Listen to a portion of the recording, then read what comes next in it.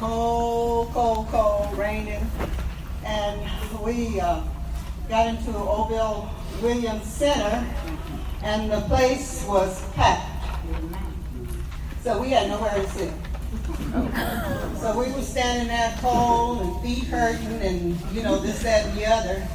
And they started introducing a young lady. And we couldn't understand what they were saying. We were too busy trying to find a seat. But all of a sudden, this young lady came out.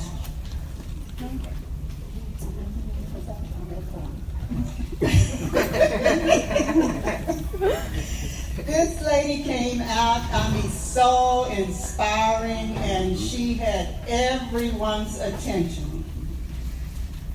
Everyone that came after her said, "Why did you put me up after this lady?" This lady is none other than our speaker for today, Liza Wisner. And I hope I'm pronouncing it right. Yes. And I want to tell you that I've only met her one time, and she really blessed me. I've spoken to her on the phone, and I said, "Do you speak for Black History?" She said, "I used to." And I said, "Will you come to Alice?" "Sure, let me check my schedule." So she's here with us today, and I'm just so excited. And someone took my notes, so I'm just going to wing it. She's inspiring. She's exciting. She hails from Kenya, right? She has her own business. She's a radio show host. She is an international speaker. Tell me if I'm wrong. Okay. She's a business owner. She's a CASA partner. She's an entrepreneur. She was also a finalist on the Apprentice TV show. And she has something called PowerUp. I was on her website the other day. And if you all ever have an opportunity, go on Lisa's website. It's so much on there until it just blows your mind. So I'm not going to prolong the time anymore. I'm going to have Dinah come up and sing. And after Dinah sings one song, the next voice you will hear, as they say in the Black church, will be the voice of Liza Wisner. Could Lisa please stand up and let everyone see you? Yes.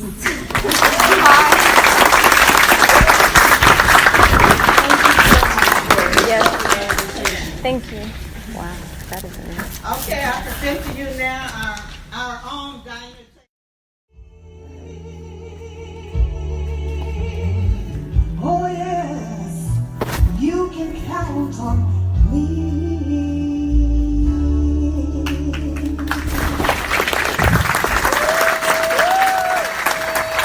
Oh my God, everybody. What? Can I just hug you? Because that was such an amazing song, but even the most amazing voice. Another round of applause. Oh my God. I'm so excited. But let me tell you, I'm even more excited because, first of all, I came to see Miss Ruth, and I've really met her. This is my second time seeing her face to face, so she's telling the truth. We haven't really known each other that long. And so finally got here. Guys, did you know that there was a road called Coyote Trail? And when you try to put Coyote Trail, you might put that by accident. So I was on the other side of Alice, trying to figure out, where is this Coastal Bend College? It is not here at this person's house. So I'm finally here. I'm so excited. And then I get here, and I see Miss Ruth. She's waiting for me outside, arms wide open. And then, oh my God, CASA is right there, front and center. Brush County CASA is right there, and I've worked very closely with them, and so excited to be here with family. And then, guys, I have to tell you, even more exciting, Mark Dominguez right there is married to my best friend, who's, by the way, her name is Alice, okay? She just happens to live here. And I haven't seen Alice Alice, how long has it been? Like too long, right? So I went to school at Texas A&M Corpus Christi, and Alice and I were on the golf team together. And Alice was, she was really good. I thought I was good, and then Alice came along. And yeah, let's just say there was no competition anymore. It was gonna be either Alice or Alice. It was really, really good. So let me tell you, just from arriving and being late and getting here, and finding just these amazing people here. And then I have to mention somebody else who is sitting right there in the back. Daryl Eason! Oh my God! Can we get him a round of applause? And then in the corner of my eye, okay, I see Daryl and I'm like, Daryl's here. Did I miss his performance? And let me tell you, if I would have missed his performance, y'all wouldn't know that I'd be feeling sad, right? Because what was his performance like? How did you guys feel? Let me get a round of applause for Daryl. So standing up here, I already feel like you guys got it, right? Because actually when I walked in, there was a proclamation being read by a really beautiful woman right here. And so I was like, man, this is just happening. This is such a great event that's going on. But let me tell you, I am just even more excited because we're coming to the end of February, right? It's kind of coming, like we have about another week and a half of celebrating Black History Month. And for me, I have actually been celebrating Black History Month way more this year than I have in the previous years that I've lived here in the United States. And it's been even more exciting for me. And that's because, as Ruth said, I met her in January when they had the Kwanzaa event. And when they had the Kwanzaa event, I challenged everyone to see the principles in Kwanzaa, not just at the beginning of the year, but throughout the whole year. You know, that principle of umoja, unity, kujichagulia, your self-determination. You know, all these words, which, by the way, are from my home country, Kenya. I speak Swahili, so when I came here and learned that there was a celebration called Kwanzaa, and I'm like, what are you talking about? That just means first. And it was just all these words that were just my language that I speak. But they meant so much because somebody had thought about how they make you feel better and how they make you think about the community that you live in and how they make you do the thing to make the community stronger. And so I challenged myself to do that. So I've actually been giving quite a few Black History talks. And I've just been putting myself out there and going, do you want me to come talk to the kids, or do you want me to do this? Do you want me to do that? So most recently I gave a talk at Texas A&M University Corpus Christi, and they wanted me to give a talk about the power of people. And when I was giving that talk, I was really challenged because usually it's easy for me to give a talk. I come up and I just think of what I'm going to say, or sometimes I'm not thinking about what I'm going to say. I think about who's in the audience and I just look at people's eyes and I think, okay, what does that person need, or what are we talking about today, or what's going on that we're celebrating, and I can just speak about that. But when they talked about the power of people, I got really confused and I was like, what are we going to talk about? Not usually like that. So I'm going to give you a little bit of that talk, but the reason why I believe that they really gave me a really great topic to talk on is because it really made me realize things that I hadn't even ever talked about. So this whole entire year, I've touched on topics that are actually surpassing things that I thought I would ever be talking about. I went and thought about things that I hadn't ever thought about. See, when I came here in 1999, I came here as a Kenyan child, right? So I came here to go to school at Texas A&M, and I started hearing about Black History Month. And they told us we're going to be celebrating Black History Month, and in Kenya, we don't celebrate Black History Month, because there's a lot of Black people there, so we're celebrating all the time. So I was like, okay, we're going to celebrate. And of course, while you're going through the celebration, you hear about all the really horrible injustices that happen to the Black community in the United States. But I even transcended that further and thought, wow, there was a lot of things that happened actually on a global scale in terms of people with Black skin color. There was just a lot of injustices that happened and a lot of inequalities and a lot of situations where it was actually legal to give people less than what we required as human beings to exist. And I thought, wow, you know, these are things that I remember.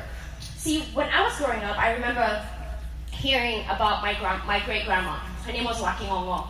And I was lucky enough to actually live when Wakingongo was alive. So, and I know my great-grandma really loved me because I really enjoyed spending time with her. And I was even lucky enough that my oldest son, Zalik, he got to meet his great-great-grandma. And in our culture, what that actually means is that you've been gifted with generational wealth. Just the mere fact of being touched by an elder meant that your life was blessed immensely. And you were going to have just amazingness poured into your life just because you were touched. Nothing's happened. They haven't given you a will. They're already in the will. They haven't given you a paycheck or anything. Just the fact that they touched you and looked at you. So the fact that she was alive, got to meet her, this amazing woman. Her name was Wakingongo because she was a freedom fighter for Kenya. See, Kenya was colonized by the British. And when my great-grandma was growing up as a Kenyan child, we were under the oppression of the British. And there was many things that Black people in Kenya, our own country, that we could not do because you were not British, you were not a white settler. And she was put in prison so many times for defying the laws that her nickname was Walking Wong Wong. That's not her real name. And the reason they nicknamed her that was because she was in that prison so many times for trying to fight for the independence of Kenya. And then I think about myself coming from Kenya to the United States. And I think about myself coming on a golf scholarship.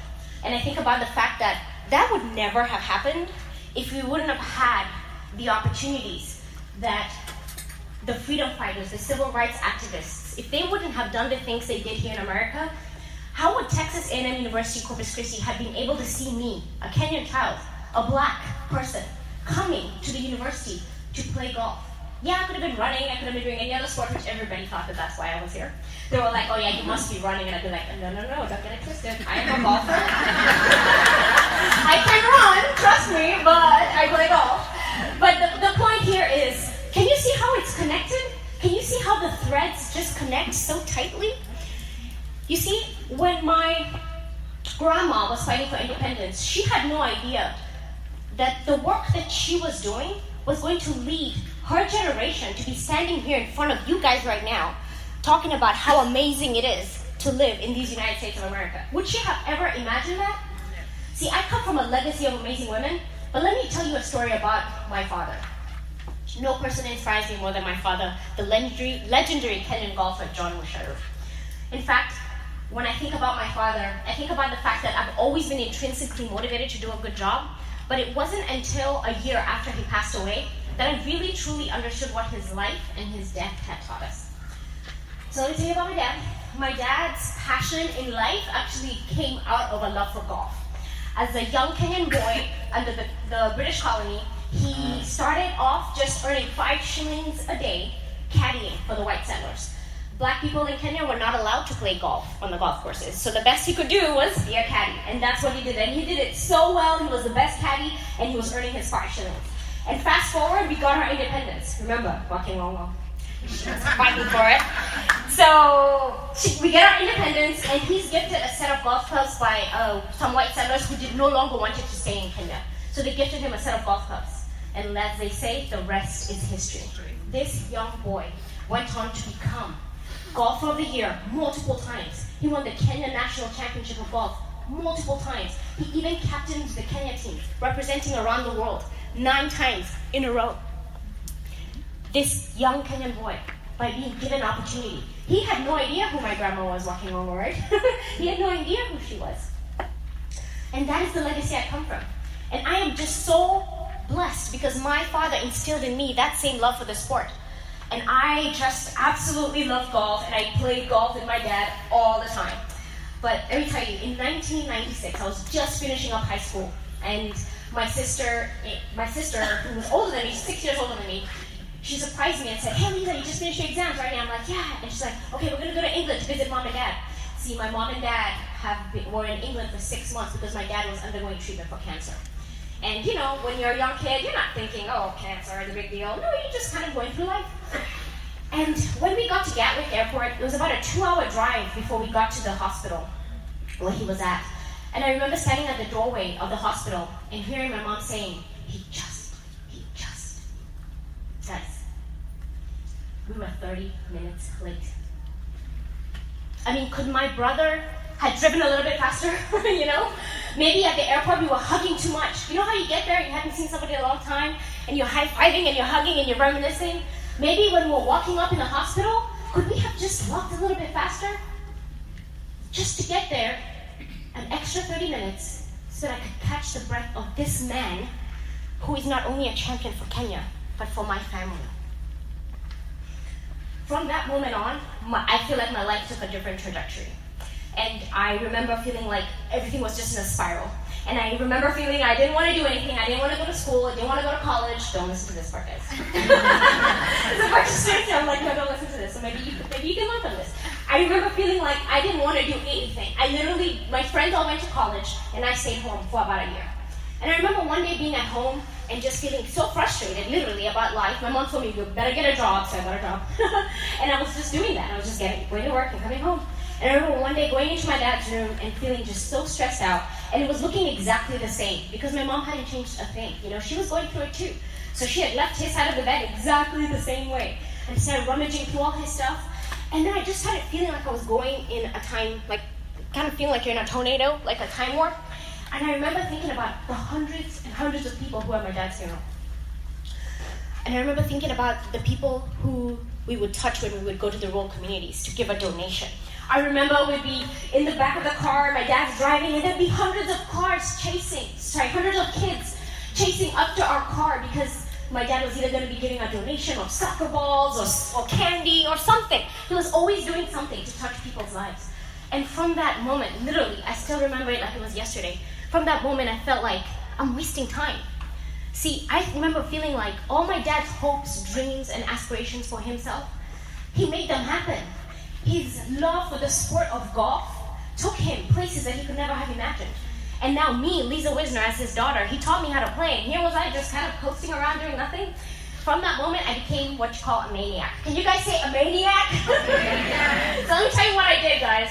I would wake up at like 5:30 in the morning to get to the golf course so I could hit balls before school, go to school all day, and then come home, get to the golf course again, and I would literally be walking off the golf course in the dark because it was too dark to play.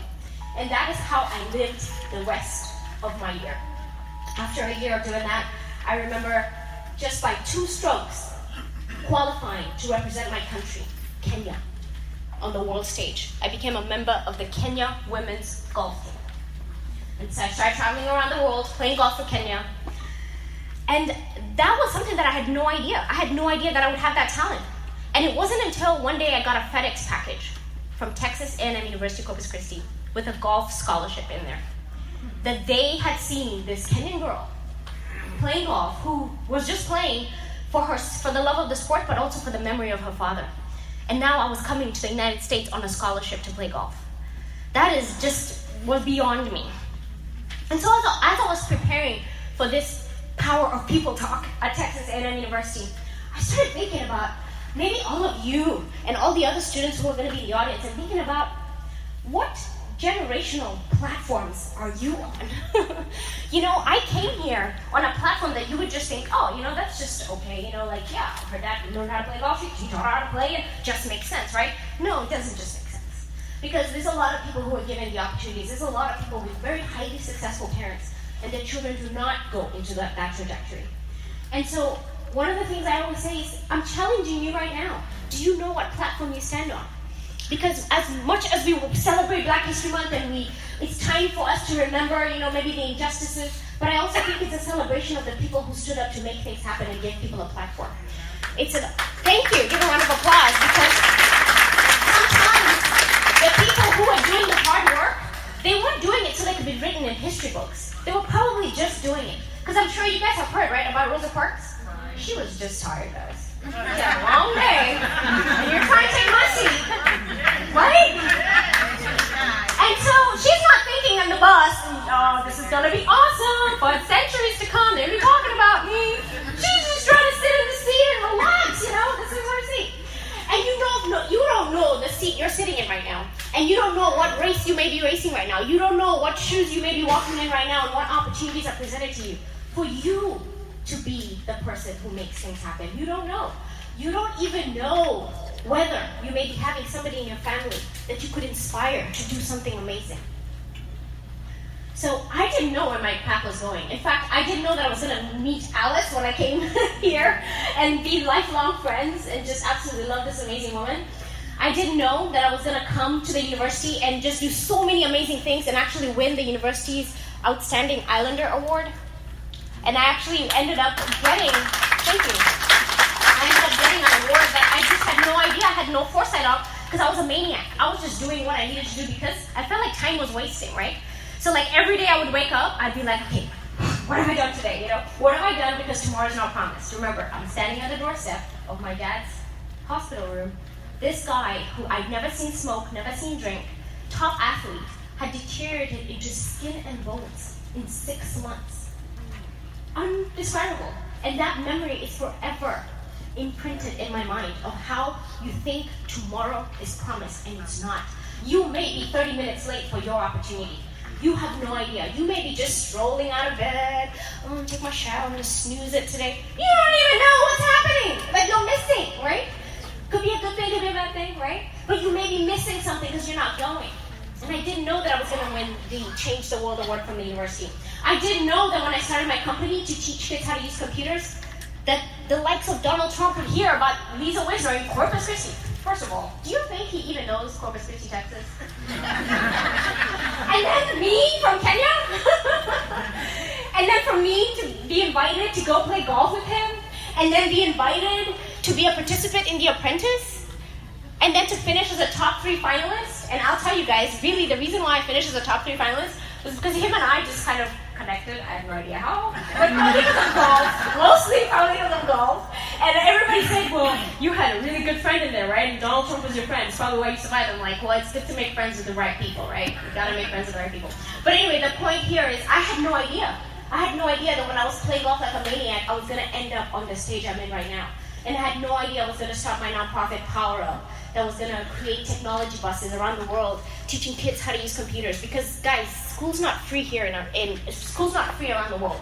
Here in America, this is a gift. You know when they say the United States of America, the land of dreams?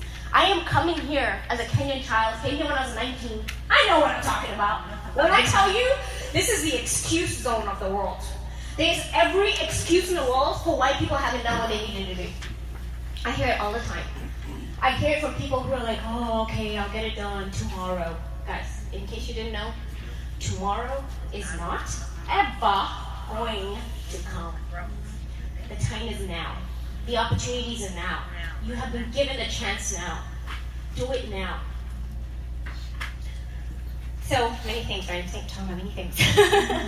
But I guess I just kind of want to close by reminding you. I want to remind you to think about how you can also leave a legacy yourself. I want you to think about how the people who we celebrate today, they probably didn't know that they were going to be written in history books. They had no idea how they were going to be the linchpin that made things happen for their community. You may be that person sitting here, and I see these young people sitting here. You guys are our future. So you don't know what's going on, right? But I always say that in any society, anything that's going on, there's always those people who are just neutral, right? There's people who just kind of sit there and go, that's just how it is, right? Because I'm pretty sure there was very good people who just said, oh, that's just how it is, slavery, that's just how it is. Oh, segregation, that's just how it is, right? They were just neutral. And what I tell you is that when you're neutral to a situation, you're actually on the side of the oppressor. So how can you lead your life moving forward into what you believe in? Instead of seeing a situation as being neutral, I want you to fight for whatever it is. Whatever it is, do not be neutral. Not everyone will ever get written in history books. My great-grandma walking along, I don't know if she's going to be written in a history book, but the whole village, right, where we come from, they all know her very well. And she led a path for me to stand where I am at today. And you don't know what you're going to be doing in your future. When you see an injustice happen, I beg you to please do not stand on the neutral side. Because that's what we're celebrating here in Black History Month, right? As much as we are celebrating music, right? Oh my God, again, Daryl Eason, some amazing music, amazing dance, right? We celebrate art, and we celebrate all the other achievements of the Black people of the world. But I think more than anything, we're celebrating the achievements of inspiration to do amazing things. And the opportunity to be able to do those things. The opportunity to be seen and judged, not just by the color of your skin, by the content of your character. So what are you standing for? What are you going to step into? What legacy are you going to leave? Because you guys could have been standing here talking to an even smarter person than me. You could have been speaking to an even more successful person than me. But let me tell you who you need to be listening to. You need to be listening to yourself. You're the only one who knows what you can do in your life. You're the only one who knows what you want. When it's all said and done, and maybe one of your family members is standing at the doorstep of your hospital room, you're the only one who is there living that life. So what do you want? You're the only one who can talk your talk. You're the only one who can walk that walk, run that race. And you're the only one who can make things happen. Not only for yourself, but your community. All right? So I'm just going to end my talk right there. But one thing I always ask is, I ask everyone to stand up. I want everyone to stand up. And the reason why I ask you to stand up is because sometimes we sit next to people who we maybe didn't even look at, right? So I'm sitting next to this young man right here. How are you doing? Give me a high five. What's your name, sir? Evon. And we don't even get to know who they are, right? So I want to thank you guys for listening to me, okay? But what I want you to do right now is I want you to give a high five to the person to your left and the person to your right, and I want you to tell them why you're having a great day today, okay? Thank you so much.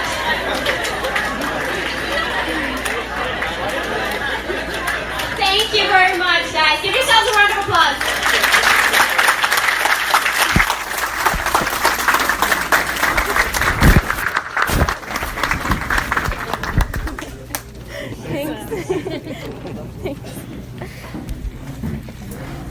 Lisa, I want to thank Lisa. She touched on